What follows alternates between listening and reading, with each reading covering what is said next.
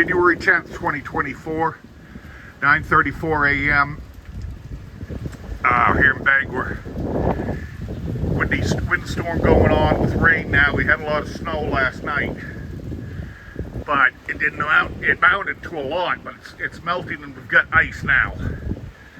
So they just came through the street, sanded the street, which they got to do even though it's raining for insurance purposes.